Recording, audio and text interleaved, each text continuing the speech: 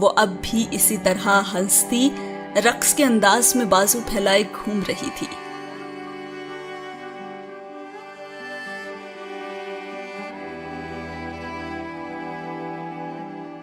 وہ سحر زدہ اسے بس دیکھتا رہا اور اب وہ کچھ گنگنا بھی رہی تھی۔ فضا میں یکدم کوئی ساز بجنے لگا تھا، پہلے ایک، پھر دوسرا، پھر تیسرا اور پھر بہت سارے۔ پوری کائنات یکدم جیسے کسی سمفنی میں ڈھل گئی اور وہ اب بھی ہوا میں رقصاں تھی، کسی مخملی پر کی طرح ہوا کے دوش پر اوپر نیچے جاتے وہ سحر زدہ اسے دیکھ رہا تھا۔ اس کے ساتھ ہی رقص کرتے ہوئے ایک بار پھر اسے دیکھ کر کھلکھلا کر ہنسی۔ پھر اس نے اپنا ایک ہاتھ بڑھایا، یوں جیسے اسے اپنے پاس آنے کی دعوت دے رہی ہو۔ وہ ہنس پڑا اور وہ ہاتھ بڑھاتی اور وہ کھچا نہ چلا آتا ہی آتا۔ وہ ہنس پڑا، وہ بھی اس کا ہاتھ پکڑے اب فضا میں رقصاں تھا، زمین سے دور، اس کے قریب، اس کے ساتھ۔ یکدم وہ رکی جیسے کائنات ٹھہر گئی ہو۔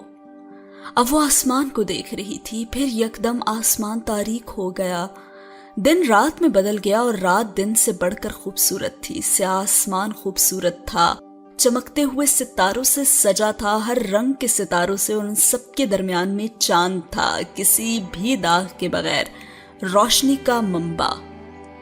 دن کی روشنی اجلی تھی، سکون آور تھی، مدہوش کر دینے والی تھی، لیکن جو رات کی روشنی میں بے شمار رنگ تھے، کائنات میں ایسے رنگ انہوں نے کبھی نہ دیکھے تھے اور کہاں دیکھے تھے۔ زمین تو جیسے ہر رنگ کی روشنی میں نہا رہی تھی، ایک ستارہ ٹمٹماتا، پھر دوسرا، پھر تیسرا، اور زمین پر کبھی ایک رنگ بڑھتا، کبھی دوسرا، کبھی تیسرا۔ آسمان کو جیسے کسی نے روشنیوں میں پرو دیا تھا۔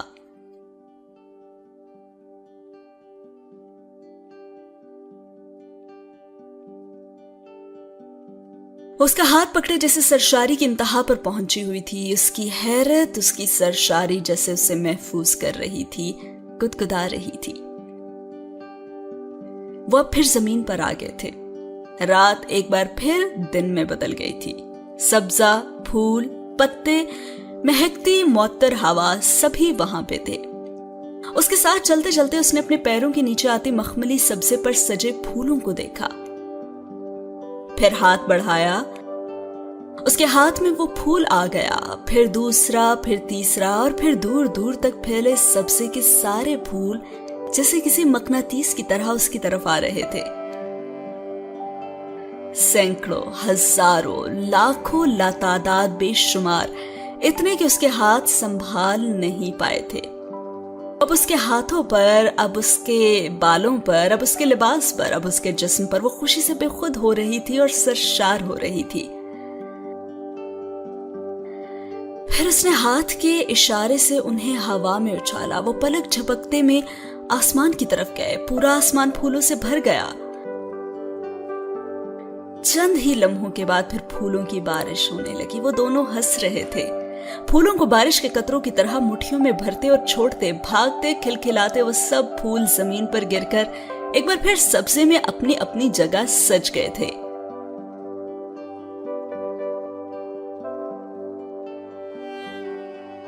وہاں جہاں وہ تھے وہیں انہیں ہونا چاہیے تھا۔ پھر جیسے وہ اس کھیل سے تھک گئی، وہ رکی، بارش تھمی، زمین سے پانی کے قطرے غائب ہونے لگے، پھر بادل، چند ساتوں میں آسمان صاف تھا، یوں جیسے وہاں کبھی بادل نام کی کوئی شے آئی ہی نہ ہو۔ وہ اب اس کا ہاتھ پکڑ رہا تھا۔ اس نے چونک کر اسے دیکھا۔ میں تمہیں کچھ دکھانا چاہتا ہوں۔ وہ مسکرایا۔ کچھ اور بھی؟ اس کی خوشی کچھ اور بڑی۔ ہاں، کچھ اور بھی۔ اس نے اس بات میں سر ہلایا۔ کیا؟ اس نے بے ساختہ اس سے پوچھا تھا تو وہ خاموشی سے مسکرا دیا۔ کیا؟ اس نے بچوں کی طرح اصرار کیا۔ وہ پہلے سے زیادہ پراسرار انداز میں مسکرایا تھا۔ وہ اس کا ہاتھ پکڑے اسی نئے راستے کی طرف جا رہا تھا،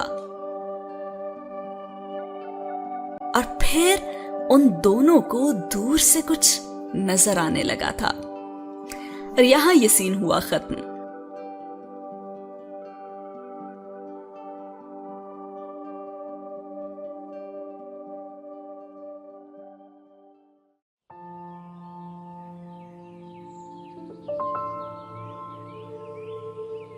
اگلے سین میں جناب دنیا میں واپس آ چکے تھے۔ سالار نے ہڑبڑا کر آنکھ کھولی تو کمرے میں مکمل تاریکی تھی۔ وہ فوری طور پر سمجھ نہیں سکا کہ وہ کہاں ہے۔ اس کی سماعتوں نے دور کہیں کسی مسجد سے سحری کے آغاز کا اعلان سنا۔ اس کمرے کے گھپ اندھیرے کو کھلی آنکھوں سے کھوجتے ہوئے اسے اگلا خیال اس خواب اور امامہ کا آیا تھا۔ وہ کوئی خواب دیکھ رہا تھا جس سے وہ بیدار ہو گیا تھا، مگر خواب میں وہ امامہ کو کیا دکھانے والا تھا اسے کچھ یاد نہیں آیا۔ امامہ، اس کے دل کی دھڑکن جیسے ایک لمحے کے لیے رکی۔ وہ کہاں تھی؟ کیا پچھلی رات ایک خواب ہی تھی صرف؟ وہ ایک دم جیسے کرنٹ کھا کر اٹھا۔ اپنی رکی سانس کے ساتھ اس نے دیوانہ وار اپنے بائیں جانب بیڈ ٹیبل لیمپ کا سوئچ آن کیا۔ کمرے کی تاریکی جیسے یکدم چھٹ گئی۔ اس نے برق رفتاری سے پلٹ کر اپنی داہنی جانب دیکھا اور پرسکون ہو گیا۔ اس کی رکی سانس چلنے لگی۔ امامہ وہیں پہ تھی۔ وہ ایک خواب سے کسی دوسرے خواب میں داخل نہیں ہوا تھا۔ یکدم آن ہونے والے بیڈ سائڈ ٹیبل لیمپ کی تیز روشنی چہرے پر پڑنے پر امامہ نے نیند میں بے اختیار اپنے ہاتھ اور بازو کی پشت سے اپنی آنکھوں اور چہرے کو ڈھک دیا۔ سالار نے پلٹ کر لیمپ کی روشنی کو ہلکا کر دیا۔ وہ اسے جگانا نہیں چاہتا تھا۔ وہ اسے چند فٹ کے فاصلے پر تھی، گہری پرسکون نیند میں۔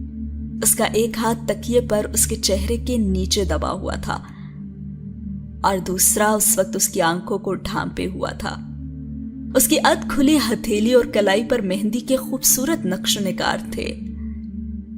مٹتے ہوئے نقش و نگار، لیکن اب بھی اس کے ہاتھوں اور کلائیوں کو خوبصورت بنائے ہوئے تھے۔ سالار کو یاد آیا وہ مہندی کسی اور کے لیے لگائی گئی تھی۔ اس کے ہونٹوں پر ایک مسکراہٹ آئی۔ اس نے بے اختیار چند لمحوں کے لیے آنکھیں بند کی۔ کسی اور کے لیے؟ پچھلی ایک شام ایک بار پھر کسی فلم کی طرح اس کی آنکھوں کے سامنے سیکنڈ کے 1000ویں حصے میں گزر گئی تھی۔ اس نے سیدہ اماں کے صحن میں اس چہرے کو 9 سال کے بعد دیکھا تھا اور 9 سال کہیں غائب ہو گئے تھے۔ وہ ذرا سا آگے جھکا۔ اس نے بڑی نرمی سے اس کے ہاتھ کو اس کے چہرے سے ہٹا دیا۔ بیڈ سائڈ ٹیبل لیمپ کی زرد روشنی میں اس سے چند انچ دور وہ اس پر جھکا اسے مبہوت دیکھ رہا تھا۔ وہ گہرے سانس لیتی جیسے اسے زندگی دے رہی تھی۔ اسے دیکھتے ہوئے وہ جیسے کسی طلسم میں پہنچا ہوا تھا۔ بے حد غیر محسوس انداز میں اس نے امامہ کے چہرے پر آئے کچھ بالوں کو اپنی انگلیوں سے بڑی احتیاط سے ہٹایا۔ اگلے سین میں امامہ کی آنکھ الارم کی آواز سے کھلی تھی۔ مندھی ہوئے آنکھوں کے ساتھ اس نے لیٹے لیٹے بیڈ سائڈ ٹیبل پر پڑے اس الارم کو بند کرنے کی کوشش کی، لیکن الارم کلاک بند ہونے کے بجائے نیچے کارپیٹ پر گر گیا۔ امامہ کی نیند یکدم غائب ہو گئی تھی۔ الارم کی آواز جیسے اس کے اعصاب پر سوار ہونے لگی تھی۔ وہ کچھ جھلا کر اٹھی تھی۔ بیڈ سائڈ ٹیبل لیمپ آن کر کے وہ کمبل سے نکلی اور بے اختیار کپ کپائی۔ سردی بہت زیادہ تھی۔ اس نے کمبل ہٹاتے ہوئے بیڈ کی پائنتی کی طرف اپنی اونی شال ڈھونڈنے کی کوشش کی، لیکن وہ وہاں موجود نہیں تھی۔ پھر اس نے جھک کر کارپیٹ پر دیکھا اور اسے یاد آیا کہ شال تو رات کو صوفے پر رکھی تھی، لیکن اس وقت وہ بیڈ روم سے نکلنے کی ہمت نہیں کر پا رہی تھی اور الارم ابھی تک بج رہا تھا مگر نظر اب بھی نہیں آ رہا تھا۔ اس کی جھنجھلاہٹ اور بڑھ گئی تھی۔ تبھی اس نے اچانک کوئی خیال آنے پر سالار کے بستر کو دیکھا تو وہ خالی تھا۔ اسے جیسے یکدم یاد آیا کہ وہ کہاں تھی۔ جھنجھلاہٹ یکدم غائب ہوئی اور ساتھ ہی الارم کی آواز بھی۔ ارے یہ تو سحری کا وقت تھا۔ امامہ سالار کے گھر پر تھی اور یہ اس کی نئی زندگی کا پہلا دن تھا۔ وہ دوبارہ اپنے بیڈ پر بیٹھ گئی۔ کمبل کے کونے سے اس نے اپنے کندھے ڈھانپنے کی کوشش کی۔ اس کے جسم کی کپکپاہٹ کچھ کم ہوئی۔ اس نے پہلی بار اپنے بیڈ سائڈ ٹیبل پر پڑی چیزوں کو غور سے دیکھا تھا۔ وہاں رات کو سالار نے گھڑی رکھی تھی، لیکن اب وہ وہاں نہیں تھی۔ ایک چھوٹا رائٹنگ پیڈ اور پین بھی تھا۔ پاس ایک کارڈلیس فون تھا۔ پانی کی ایک چھوٹی بوتل بھی وہیں تھی اور اس کے پاس اس کا سیل پڑا تھا۔ اسے ایک بار پھر الارم کلاک کا خیال آیا اور اسے یاد تھا کہ اس نے الارم نہیں لگایا تھا۔ یہ کام تو سالار کا تھا، شاید اس نے اپنے لیے الارم لگایا تھا۔ پھر جیسے اس کے ذہن میں ایک جھماکا سا ہوا، بیڈ کی وہ سائیڈ جو رات کو اس نے سونے کے لیے منتخب کی تھی وہ سالار کا بستر تھا اور وہ عادتاً دائیں طرف گئی تھی اور سالار اسے روک نہیں سکا تھا۔ وہ کچھ دیر چپ چاپ بیٹھی رہی، پھر اس نے بے حد ڈھیلے انداز میں اپنا سیل فون اٹھا کر ٹائم دیکھا اور جیسے کرنٹ کھا کر اس نے کمبل اتار پھینکا۔ سحری ختم ہونے میں صرف 10 منٹ باقی تھے اور سالار وہ الارم یقیناً اسے بیدار کرنے کے لیے لگا کر گیا تھا۔ اسے بے ساختہ غصہ آیا، اسے خود بھی جگا سکتا تھا نا، لیکن جب تک وہ کپڑے تبدیل کر کے لاؤنج میں گئی اس کا غصہ غائب ہو چکا تھا۔ کم از کم آج وہ اس سے خوشگوار موڈ میں ہی سامنا کرنا چاہتی تھی۔ سٹنگ ایریا کے ڈائننگ ٹیبل پر سحری کے لیے کھانا رکھا تھا۔ وہ بہت تیزی سے کچن میں کھانے کے برتن لینے کے لیے گئی تھی، لیکن سنک میں 2 افراد کے استعمال شدہ برتن دیکھ کر اسے جیسے دھچکا لگا تھا۔ وہ کھانا یقیناً فرقان کے گھر سے آیا تھا اور فرقان کے ساتھ ہی کھا چکا تھا۔ وہ اسے بیچاری کو تو خواہ مخواہ خوش فہمی ہوئی تھی کہ آج اس کے گھر میں پہلی سحری ہے تو وہ ضرور اسی کے ساتھ کرے گا۔ خیر بوجھل دل کے ساتھ ایک پلیٹ لے کر وہ ڈائننگ ٹیبل پر آ گئی، لیکن وہ چند لقموں سے زیادہ نہیں لے سکی۔ اسے کم از کم آج اس کا انتظار کرنا چاہیے تھا، اس کے ساتھ کھانا کھانا چاہیے تھا۔ امامہ کو واقعی بہت زیادہ دکھ ہوا تھا۔ چند ہی لقموں کے بعد وہ بڑی بے دلی سے ٹیبل سے برتن اٹھانے لگی۔ برتن دھوتے دھوتے آذان ہونے لگی تھی جب اسے پہلی بار خیال آیا کہ سالار گھر میں نظر نہیں آ رہا۔ اپنے ہاتھ میں موجود پلیٹ دھوتے دھوتے وہ اسی طرح سنک میں چھوڑ کر باہر آئی۔ اس نے سارے گھر میں دیکھا لیکن وہ گھر میں موجود ہی نہیں تھا۔ پھر کچھ خیال آنے پر وہ بیرونی دروازے کی طرف آئی۔ دروازہ بند تھا لیکن ڈور چین ہٹی ہوئی تھی۔ وہ یقیناً گھر پر نہیں تھا تو کہاں گیا تھا؟ اس نے نہیں سوچا تھا۔ اس کی رنجیدگی میں اضافہ ہوا۔ وہ اس کی شادی کے دوسرے دن اسے گھر پر اکیلا چھوڑ کر کتنی بے فکری سے غائب ہو گیا تھا۔ اسے پچھلی رات کی ساری وہ باتیں جھوٹ کا پلندہ لگی تھی۔ وہ واپس کچن میں آئی اور کچھ دیر بے حد دل شکستگی کی کیفیت میں سنک میں پڑے برتنوں کو دیکھتی رہی۔ اب وہ محبوبہ سے بیوی بن چکی تھی، مگر اتنی جلدی تو نہیں نا۔ ناز برداری نہ صحیح، خیال تو کرنا چاہیے۔ اس کی آزردگی میں کچھ اور اضافہ ہوا تھا۔ چند گھنٹوں کے اندر کوئی اتنا کیسے بدل سکتا ہے؟ مگر رات کو تو وہ اس کی سنجیدگی بڑھتی جا رہی تھی۔ ہاں یقیناً سب کچھ جھوٹ ہی کہہ رہا ہوگا، ورنہ میرا کچھ تو خیال کرتا نا۔ وہ رنجیدگی اب صدمے میں بدل رہی تھی۔ خیر وہ نماز پڑھ چکی تھی اور سالار کا ابھی بھی کہیں نام و نشان نہیں تھا۔ اسے تھوڑی سی تشویش ہوئی، اگر وہ فجر کی نماز کے لیے بھی گیا تھا تو اب تک تو اسے آ جانا چاہیے تھا۔ پھر اس نے تشویش کو سر سے جھٹک دیا اور سین ہوا ختم۔ اگلے سین میں سالار جس وقت دوبارہ اپارٹمنٹ میں آیا تو وہ گہری نیند میں تھی۔ بیڈ روم کی لائٹ آف تھی اور ہیٹر آن تھا۔ وہ اور فرقان فجر کی نماز سے بہت دیر پہلے مسجد میں چلے جاتے اور قرآن پاک کی تلاوت کرتے تھے۔ فجر کی نماز کے بعد وہ دونوں وہیں سے بلڈنگ کے جم میں چلے جاتے اور تقریباً 1 گھنٹے کے ورک آؤٹ کے بعد وہاں سے آتے، اور آج یہ دورانیہ آمنہ کے امامہ ہونے کی وجہ سے کچھ لمبا ہو گیا تھا۔ فرقان سحری کے وقت ان دونوں کے لیے کھانا لے کر آیا تھا اور وہ بھونچ کا بیٹھا رہ گیا تھا۔ اور رات کو سالار کے جس بیان کو صدمے کی وجہ سے ذہنی حالت میں ہونے والی کسی خرابی کا نتیجہ سمجھ رہا تھا، وہ کوئی ذہنی خرابی نہیں تھی۔ وہ اطمینان سے اس کے سامنے بیٹھا سحری کر رہا تھا اور فرقان اسے رشک سے دیکھ رہا تھا۔ رشک کے علاوہ کوئی اس پر کر بھی کیا سکتا تھا؟ یہاں پہ اگر آپ لوگ کنفیوز ہو رہے ہیں کہ آخر پچھلی سٹوری کیا ہے تو میں آپ کو بتاتی چلوں کہ یہ پیر کامل کا دوسرا پارٹ ہے۔ پیر کامل میں امامہ اور سالار کی شادی ہو چکی ہوتی ہے، اور جس نے وہ پچھلا پارٹ نہیں دیکھا اسے کافی حد تک کنفیوژن ہو سکتی ہے اس پارٹ کو انڈرسٹینڈ کرنے میں۔ تو اگر آپ نے پیر کامل نہیں دیکھا تو سب سے پہلے آپ اسے دیکھ لیں۔ آپ کو عمیرہ احمد کے چینل پہ وہ ناول پورا مل جائے گا، اس کے بعد ہی آپ کو اس کی سٹوری سمجھ آئے گی۔ خیر، ناول کی طرف واپس چلتے ہیں۔ کیا ہوا؟ سالار نے سحری کرتے ہوئے اس کی اتنی لمبی خاموشی پر فرقان سے کچھ حیرانی سے پوچھا۔ فرقان اس کے سامنے بیٹھا یکٹک اسے دیکھ رہا تھا۔ یار تم آج نہ اپنی نظر اتروا لینا بھائی، فرقان نے بلاخر اس سے کہہ ہی دیا۔ اچھا، وہ ہنس پڑا۔ اس سے زیادہ احمقانہ بات کم از کم اس گفتگو کے بعد کوئی نہیں کر سکتا تھا۔ ابے یار میں مذاق نہیں کر رہا، سچ بتا رہا ہوں، فرقان نے اپنے گلاس میں پانی انڈیلتے ہوئے بے حد سنجیدگی سے کہا۔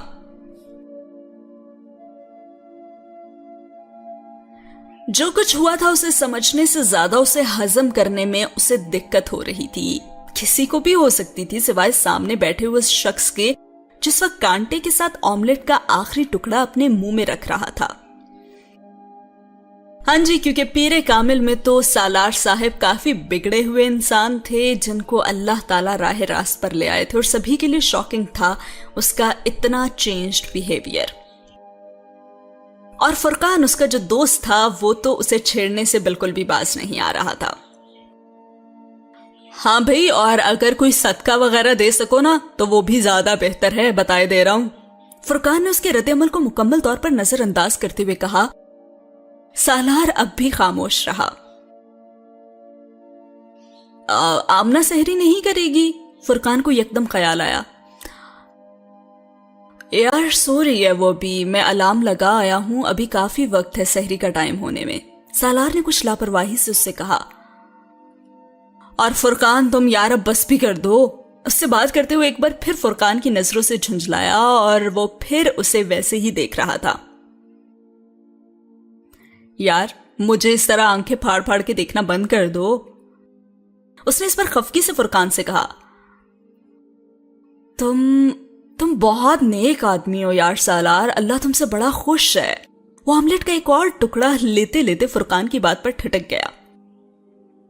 اس کی بھوک یکدم ختم ہو گئی۔ مزید ایک لفظ کہے بغیر اس نے پلیٹ پیچھے ہٹا دی اور اپنے برتن اٹھا کر اندر کچن میں لے گیا۔ وہ خوشی، سرشاری، اطمینان اور سکون جو کچھ دیر پہلے جیسے اس کے پورے وجود سے چھلک رہا تھا، فرقان نے پلک جھپکتے اسے دھواں بن کر غائب ہوتے دیکھا۔